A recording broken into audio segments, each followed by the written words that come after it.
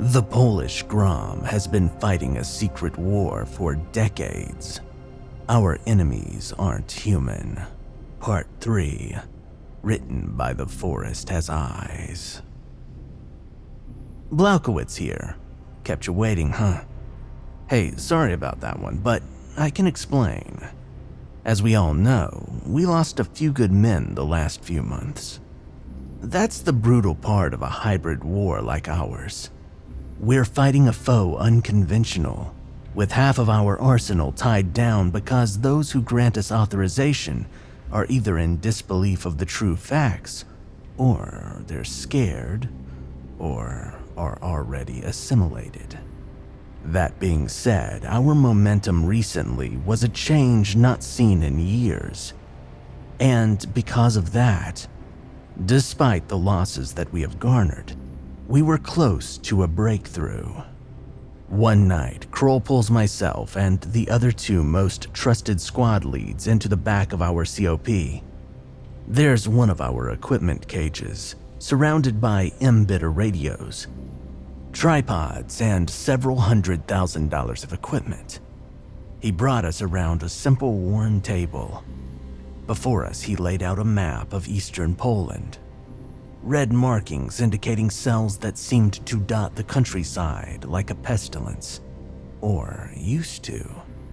Deep gashes of advance from our raids had trisected their lines. Even so, a few of the dots did still pop up in the interior. It was a back and forth, an outside virus infecting Polska at its heart, and we were the antibodies sent to drive them out. To which Major Kroll points to one of the largest symbols on the map, a dark red diamond, the symbol for an enemy unit, deep inside of an untouched wooded area, adjacent to a mountain ridge. Several jagged lines indicated entrenchment, with a red horizontal line indicating possible enemy control, or our contested control, for over 20 kilometers surrounding it. Letting us all take a look, the Major lit himself a cigarette. "Sir, are you sure it's wise to smoke in here with all the dive tanks just behind us?" First Squad's leader quipped. "F off," Kroll said dryly. "All right, this is it. This is the one we've been searching for years. This is the nucleus my predecessor commander died trying to find," he says, pointing to it. "It's not far from Zamosk. It was almost touching the border with Belarus, indicating that this was one of the largest spill-through points. It's an old Soviet bunker. It was made during their 1960s initiative, designed to hold the munitions and manpower of several units in the event of a NATO first strike," Kroll explained. "It's gotta be massive then," I said, gazing at the map. "Didn't the army demolish all of the old Soviet bunkers near Belarus to prevent any infiltrations?" Third Squad's lead asked. "The National Police took the effort over, and by extension, the Strigoi. It was halfway demoed before they burrowed into it, and they have been using it as a bridgehead ever since. This is it," Kroll said. He looked around at all of us with a sense of certainty I had never seen before as he blew smoke from his nostrils. "We've been effing around in the dark for so long. It's hard to believe we've made any progress, but this is it. With this gone, this will set them back over a decade, and the momentum will finally shift in our favor." I swear that there was almost a flash of joy, of pride in his eyes, and a phantom of a smirk before reality finally set back in. "That being said, we can't leave this up to chance. Especially not something as important as this. We're going to have to go out there ourselves. We're gonna have to clear through every inch of that place and tear it all down, piece by piece. I'll be straight with you all. When we go, there will be some of us that aren't coming back. But we are going. A whole generation is counting on us, and unborn billions rely on us to succeed. We all nodded, a silent agreement washing over us as we took this upon ourselves. Echo 1 spoke up first. So, they're authorizing a raid. How big? We're rolling in as a hard target. Armor, explosives, and air support, Kroll answered, taking a drag off his cigarette. Air support? How did we get all of that approved? We've gotten attempts shot down 4 times due to those leeches, I said in disbelief. There's too much evidence here pointing to the human trafficking tied to their actions. We've finally got too much weight pinning them down to keep the hammer from slamming onto their necks. Kroll chuckled. He looked around. Any questions? When? Echo 3 asked. 3 hours. We're hitting them in the dead of night. The only time that we could get the birds authorized. Get your boys ready. We're rolling out. Kroll said, dying the cigarette butt out on the table. I can't begin to tell you the euphoria we felt leaving that cage. As our men started arriving, they did so a lot quicker and with their heads a lot higher than they had in weeks. As second squad's lead, we were going to be one of the main arms of attack into the bunker. Thus, I made sure we had a breacher loaded with enough thermite, charges, and other tools to cut through anything. Our shield bearer was ready to go, as was our assaulters, grenadiers, and machine gunner. I double-checked each and every one of their weapons, ensuring the feeder paws on our squad's belt feeds were intact, making sure each and every breach charge that we had was properly set and packed. There was going to be no mistakes, no slip-ups. The margin of error needed to be the smallest it had ever been for us tonight if we were going to make the gore spilt worth it. Finally, there on the outside of the building, the bright LED lights kept the darkness of the ensuing night at bay as the roar of our MRAPs could be heard. It was said once that war is 99% peace and 1% chaos, and they were right. The slow periods where the blood slowed and the doubts crept in was the worst, yet we all kept it at bay. We needed to. There was going to be no backing down tonight. All 3 squads were up. All of us were ready to go. We circled up. Short stares and shaky nods telling us one thing. We were in this together, till the end. The finish line so many before us had been searching for. We were finally being granted it tonight. A single set of footsteps could be heard as we turned. Major Kroll stepped into the center. He took a last drag of a cigarette, throwing it down to the ground and stamping it out onto the damp concrete. He looked around, his chin strap blowing in the weak breeze. He met every single man's gaze, then mine. Then he spoke. I want you to remember every detail of tonight, as you have every other night. When you are situationally aware, scanning for the enemy, liberating the subjugated, I want you to remember the sting of anxiety, the shake of the adrenaline, the chill of the bunker, the heat of your weapon as it cuts them down. Because tonight we are going to write every fine detail of our victory, their defeat, in history. Kroll's words echoed deep into our souls. He paused for a moment. Then he looked down. There was a small pause before he said, when you are ruthless in combat, remember to be patient and reserved in victory. This conflict is for our existence.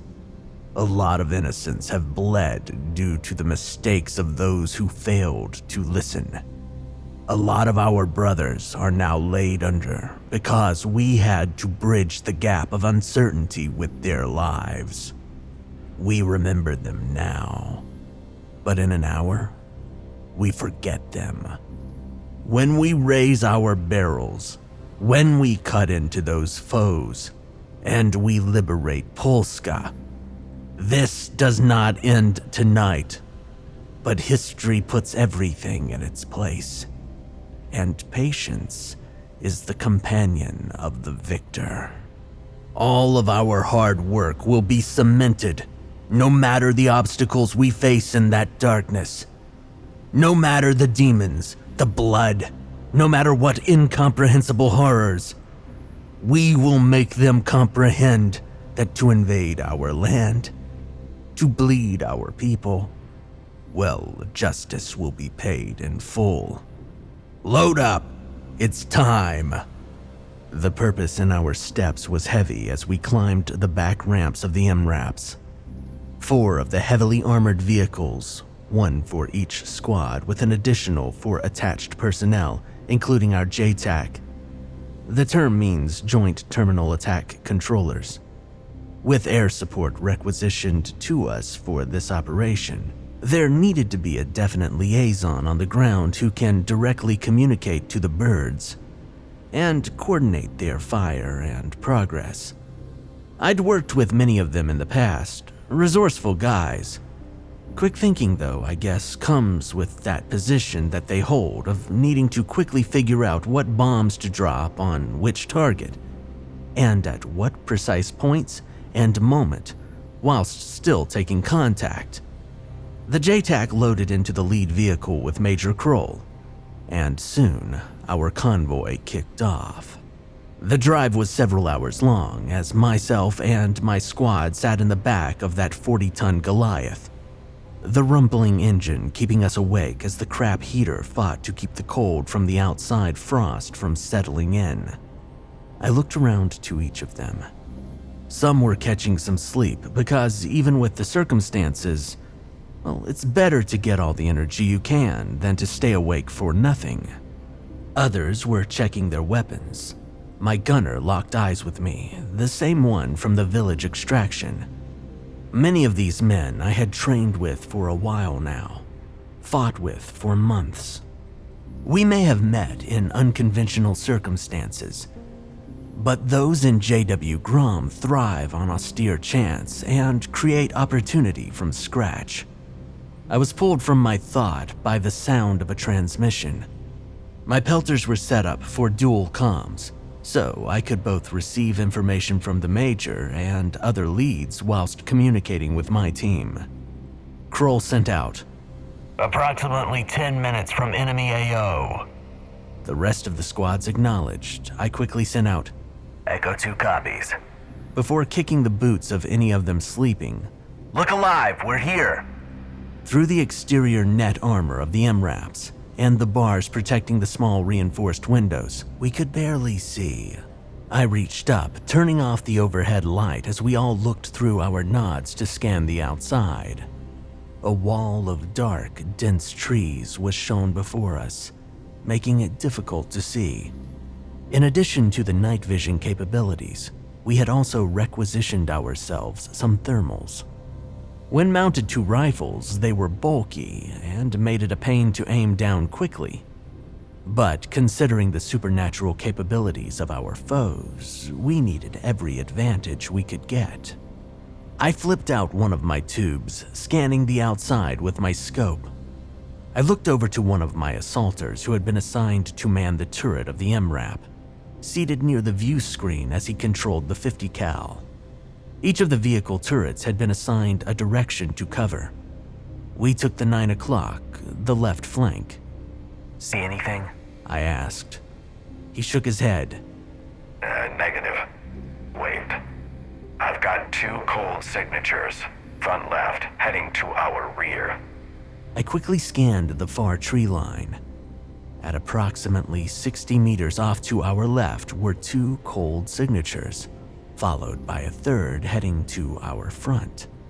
Then another. They were surrounding us, moving at speeds so fast that I could barely keep my reticule on them. Is this what the National Police saw? what they faced at that lodge without the benefit of a foot of heavy armor protecting them on all sides. Then, suddenly, something slammed into the side of our MRAP so hard that it caused it to shake. From over the leader comms, Echo 3 quickly shouted, "Contact right, 4 hostiles." One of the Strigoi, so bold, had charged and slammed right into the side of our MRAP. I quickly looked to see the figure, a dark blue mass of cold energy through my thermal, back away without so much as a stagger. As they tried to flee into the woods, the white-hot justice of Echo 3's guns fired at them, quickly cutting them down. Blaukowitz, I've got a few breaking for our Vig. My man on the turret called out. I spun around, spotting out the window. Just then, Major Kroll announced, "Weapons free. Watch and shoot for targets of opportunity." I turned to my gunner. "Take them out." Without hesitation, my vehicle's turret began to quickly target them. And through the darkness, I saw a stream of ongoing fire bisect one of them. The ISR of the black blood freaking out the optics so bad that it didn't know what to do, what temperature to register it as, but it did register it. As another was cut down, one broke through the tree line and latched itself onto the side of our MRAP. The thing tore at one of our outer net armor panels, usually made to stop RPGs. It grabbed at the bars near the windows, tearing one off. I lowered my rifle as we locked eyes through the reinforced window. The thing, the Strigoi, looked at me. Skin cracked as putrefied muscle fibers seemed to leak through the dead flesh. Its teeth were corroded, worn down to sharp fragments, alongside newly mutated fangs that messily protruded from its jaws. Even through the thick walls of the MRAP, I could hear its roar as it then tried to punch its way through. It cracked the outer coating of the vehicle, but it wasn't getting anywhere near. My machine gunner, seated next to me, seemed to chuckle at the sight, quippily saying, "Yeah, if you do." It's then that our vehicles lurched upwards as we began to climb the small incline of the bunker. I knew the layout. Mapped in our head, the main entrance was built into the rocky side of an old cliff, meaning that we could easily set up a defensive perimeter around it, a horseshoe. Kroll's vehicle was first, taking to the right as Echo 3's MRAP followed. My vehicle, third, left the incline and took a left, and that's where things got complicated.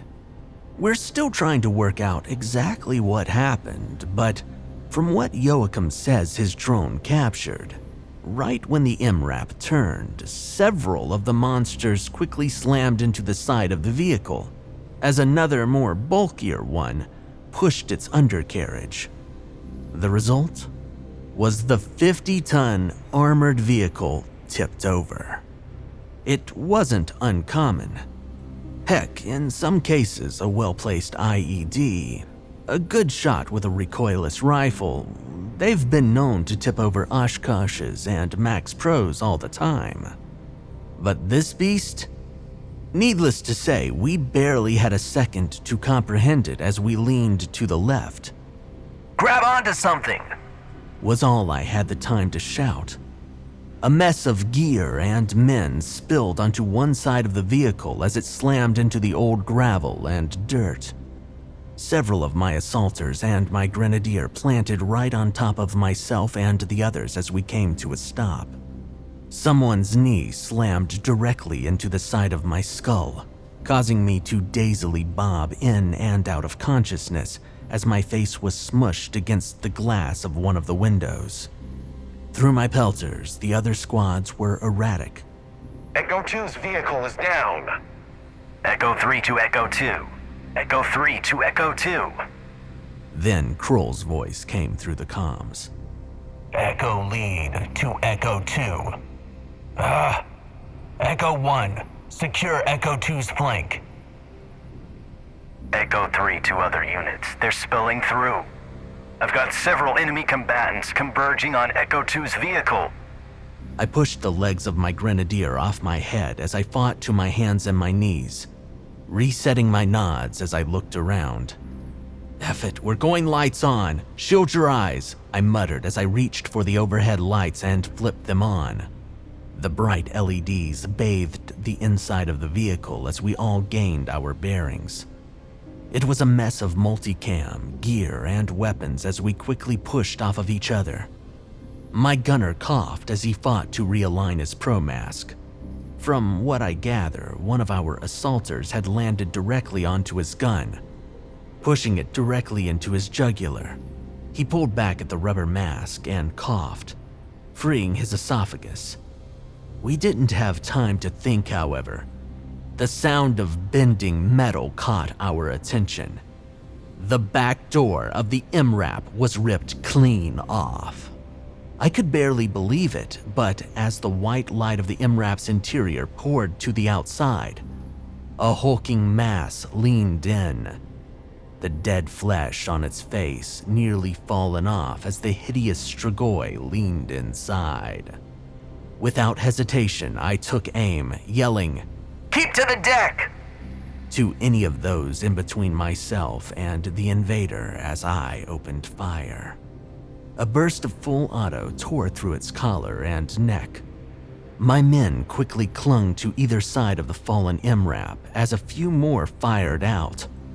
As the thing backed up, a blast of 50 cal quickly tore it to shreds along with several others as I realized that they were swarming all over the outside of our vehicle. Echo 3's vehicle continued to carefully fire on the Strigoi on the outside. The sounds of 50 cal ricocheting off the outside of our armor was enough to make the pucker factor set in. Echo 3 to Echo 2. This is Echo 2. We're green on ammo, equipment, and men. Roger. We're shifting fire. Exit the vehicle. Hurry up, let's go! I barked to my men, leading the way as I staggered out. I turned on my pec, taking aim at silhouettes in the brush as I began to fire. The air was filled with the sounds of machine guns lighting up the brush as a sea of growls, howls, and incomprehensible roars fired back at us. That was the ambient noise of the night. My men quickly exited, my gunner being the last as he and I pulled back to the rest of the defensive perimeter. I set in my men to take up frontal security as 3rd Squad took the right flank. 1st Squad went to the left.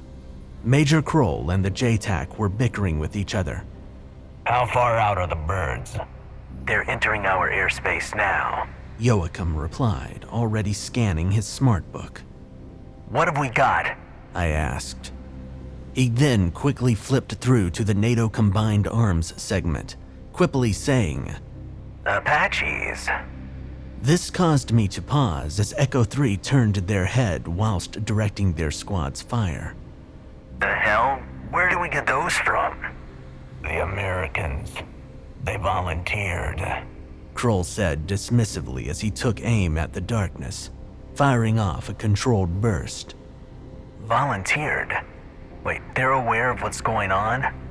Kroll seemed to stop, glancing back at me before returning his focus.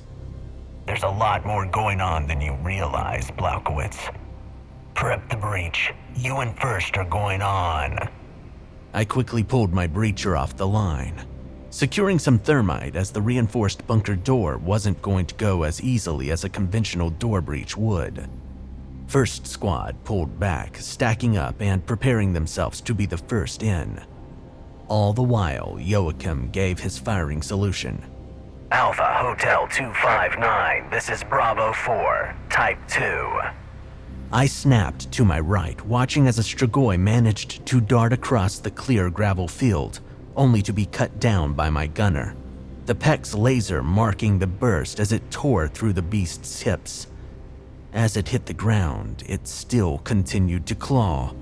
Then another Grom operator took aim and fired into its skull. Joachim popped to his feet. Marking laser. High power. He then pulled out a target marking laser. If you've watched night operations, you've probably seen them. The green laser, as it says on the label, marks targets, the pattern of which can vary. If it's a point target, it's usually to lasso an area, or remain on target until the target is removed, with extreme prejudice. If it's close air support, then it will be a line of the general area, and Joachim dang near marked the entire perimeter around us. He quickly pocketed the tool, turning back to Kroll. Don't go past 20 meters unless you want to be liquidated. With that, second and first stacked up at the door as third squad took up the perimeter security. As Major Kroll went over to Echo 1, I saw them. A single, blinking IR strobe from the beasts as they moved on the far-off horizon, converging from several angles, and fired. The sound of the Apache's main gun, the M230, truly sounds like the hammer of God. The 30mm cannon shot through the dark sky, lighting it up as we saw 3 incoming streams tear up the woods. Only then, as the sound broke, did we start to hear their rotors as they broke and began to circle, firing again. Then Joachim dipped his head and looked at Kroll. Foxtrot, Mike. Hang on to your teeth. One of the Apaches fired off an AGM-114, a Hellfire. I barely saw it out of the corner of my eye as the Apache from our right flank fired off at a target approximately 200 meters off. A fireball lit up the forest as the horrendous roar echoed throughout, then went silent. Echo 3 scanned the horizon carefully. Echo 3 to Echo Lead. Enemy contact is starting to die down. Maintain perimeter. Close air is to maintain fire mission until we are boots up. Break. Echo Lead to Echo 1. Condition White has been met. Proceed. I saw Echo 1 and his men quickly stack up close to the wall and gesture to me. Reaching. I quickly pulled my stack back up against the wall, as Echo 1's and my breacher quickly hit their actuators. Now, under normal circumstances, it doesn't take too much for thermite to melt the locks off of a metal surface. We weren't in the mood for precision. We needed to breach their little lair and to drag them out. The sound of several pounds of hellfire burning through the metal could be heard around the corner as a sea of white and red sparks flew out. After several seconds, 2 of our men tossed a fragmentation grenade and a 9-bang through the opening. A series of concussive blasts and a large explosion rang out. Echo 1 and his men maneuvered. First squad quickly converged as we followed them in. Stepping through the black wall of smoke, the dark abyss of the interior was illuminated by a white light as we entered barrels raised. Shots rang out as several of the beasts near the entrance were cut down, though not immediately. Rounds disconnected the shoulder of one of them, leading to their arm hanging limply by a single tendon as it roared. Then another series of rounds put them down. What greeted us was a messy concrete hell of rust and debris, fecal matter, trash, and all kinds of obstacles laid in our way, our boots sticking to the floor. I thank God we had pro masks on that night. I called my shield bearer up. Second squad leapfrogging ahead to take the next corridor as first squad checked their weapons. One of my men mule-kicked the metal door ahead twice. Finally, the latch gave way and we tossed in a grenade. A horrifying roar was cut off as an M67 shook the walls of the ancient Soviet mausoleum. Frag and Spall kicked off the walls as I moved in right behind my shield man. The cramped Russian design meant that there was barely enough space for 3 people. And that's 3 normal people. Not in 50 kilograms of kit moving slowly and maneuvering against creatures of the dark. Still, we moved forward. My shield bearer and I pushing the pace as two stacked of either squad formed on either wall. As we passed doorways, they flowed in. Door left. Door right. Move!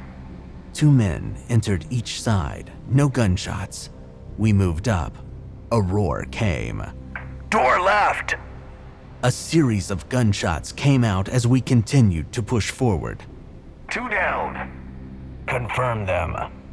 Kroll commanded as a series of gunshots rang out in response. From one of the doorways, a Strigoi emerged, a female. Clumps of hair had been ripped from her decaying skull as her bloodied eyes locked on myself and my shield man. The skin on her hands had been torn down to the point where only her bones and tendons remained, looking like huge talons as she roared and lunged at us. My shield man fired off his pistol, though the rounds did little to stop her as she pushed against our stack. He swore somehow her strength was enough to stall him, holding up the advance. I shoved the muzzle of my MK-18 into her ribcage, flipping the weapon to auto as I fired round after round. The 5.56 salvoy disconnecting her spinal column, causing her to fall as I continued to fire, along with a man to our right and left as the stacks reformed and we pushed to the end of the hall. I fell back, dropping the magazine and loading a fresh one. Like clockwork, a Grom operator from First Squad took my place. Kroll was beside me as we approached the end of the hall. Prep for entry. I radioed my breacher. A comrade handed him one of the charges from his back panel as he took to the door, quickly securing it. We all moved as far back as we could. We looked away and exhaled. The blast knocked metal and wood in all directions. We pushed through the hole, scraping against our uniforms and kits as we made our way in. And what lay before us was... well, it used to be the center atrium of one of these bunkers. The Soviets loved their grandiose designs. The complex was supposed to be a circular room around a central planning table. Instead, it had been turned into some sort of church. Runes and old Eastern pagan symbols written in black ink and blood across the walls, old rotten filing cabinets, long receipt terminals.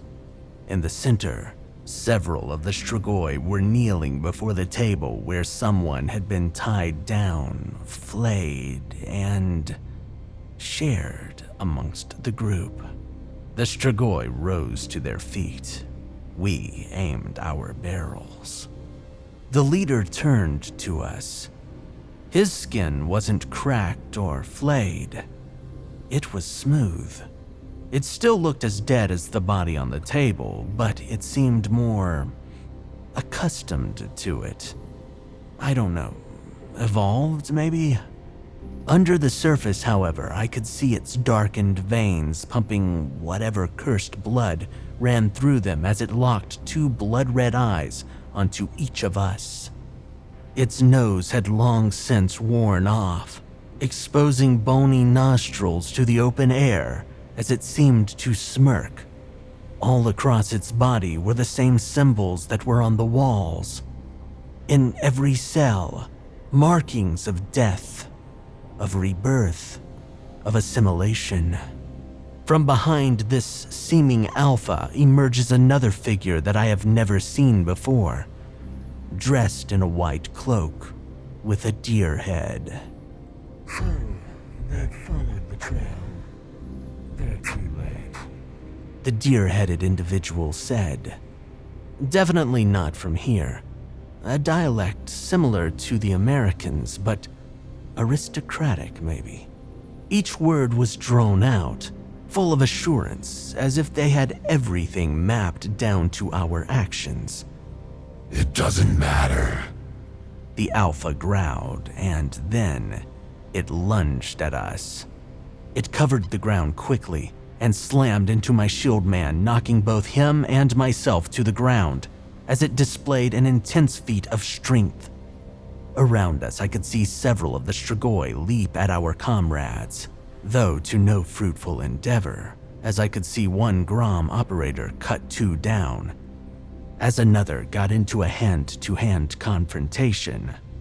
My breacher, as crafty as he was, reached back and slammed one of the pry bars of his kit into the skull of the beast. The Alpha, however, was not content, as it threw away the 90-pound shield, sending it flying across the room as it grabbed my comrade by the skull.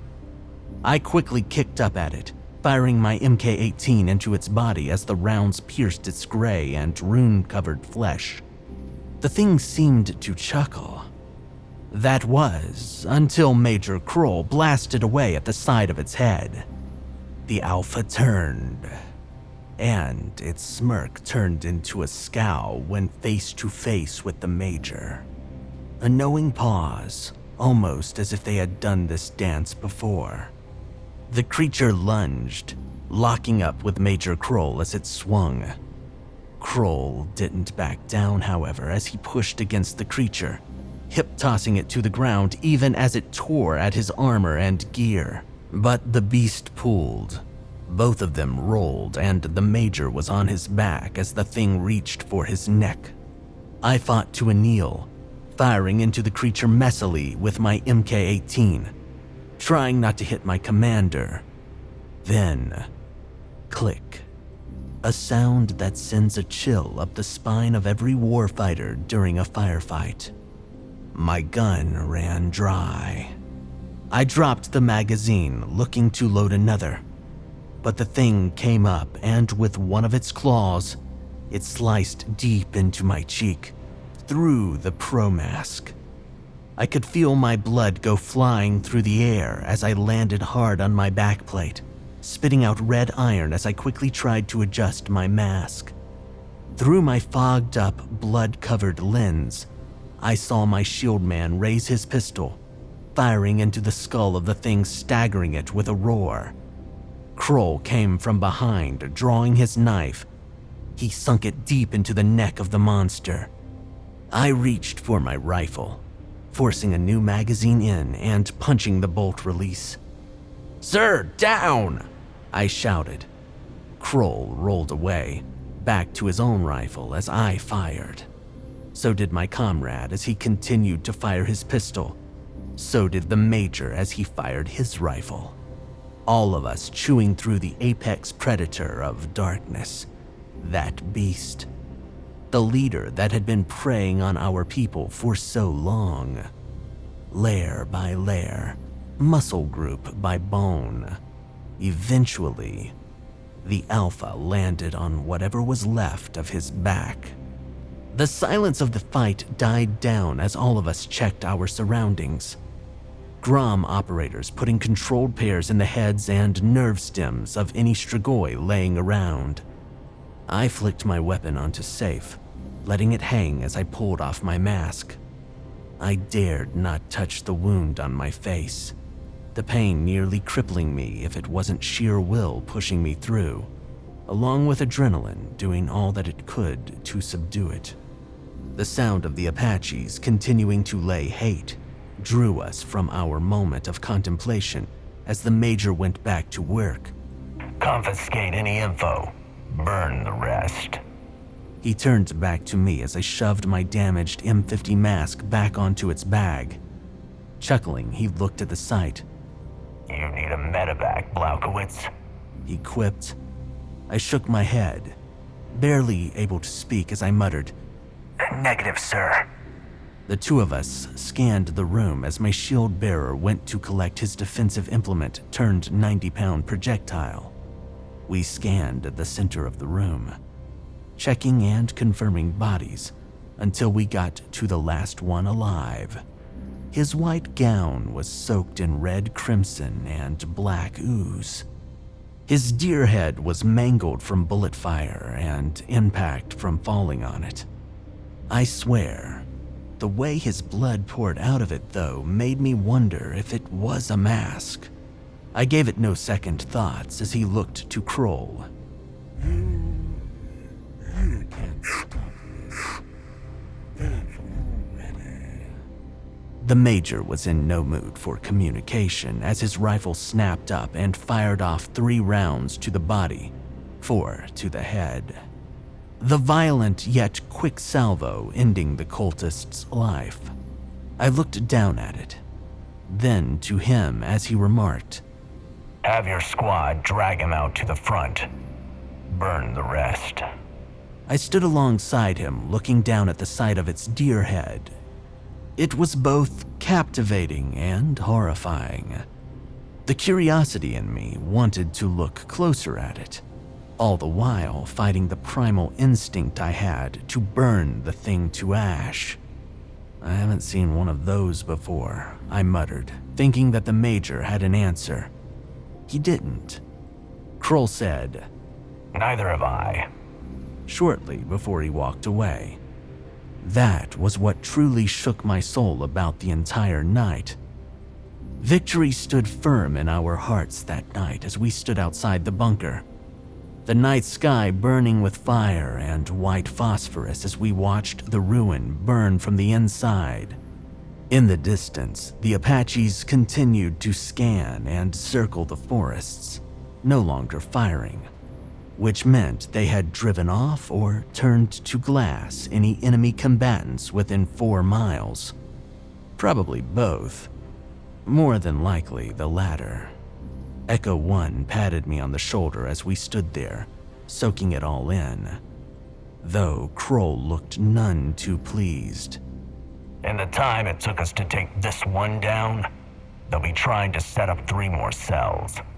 That being established, he said, looking at either of us, then to Echo 3. It is a heck of a thing we did tonight. Been waiting on this one for at least a decade. But there's no time to rest on our laurels. We'll have another task for us as soon as we're boots down back home. Kroll said, to which his eyes followed mine. The body of whatever cultist that was zipped up in a black body bag beside the wheel of one of the MRAPs. The fire from the bunker cast an orange hue over its shiny jet black outside. Something didn't sit right with me. That wasn't a Strigoi, sir, I said to Kroll. That's very clear, the Major said, shoving his mask under his arm and lighting a cigarette. So, someone's helping them? I asked. The mere notion of it shook me to my core, sickened me. This parasite was already badly infecting Europa, Polska. If it was spreading like this throughout the world, well, Kroll settled my nerves. We'll be ready. It's not just us anymore. As he said that, I realized what he meant. My eyes looking up to the Apaches as they started to form up, leaving the area as their thunderous propellers melted into the night's calm, leaving behind only an unnerving silent ambiance. It's been a couple of weeks since then. Echo Detachment has been busy. We've gained good ground against the enemy, and honestly, I think in a few years, we might see a much larger chance. For now, we've got to keep going. That being said, the Strigoi aren't the only ones that we've been combating. Recently, we've made contact with some sort of extermination coalition. They've known about the Strigoi and others plaguing the world.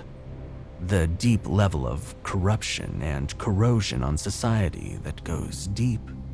Regardless, a lot of the units that we've been working with are a part of NATO, such as this 4th Special Forces group of the American military. I don't know where the road from here leads, but we've got momentum on our side. Finally.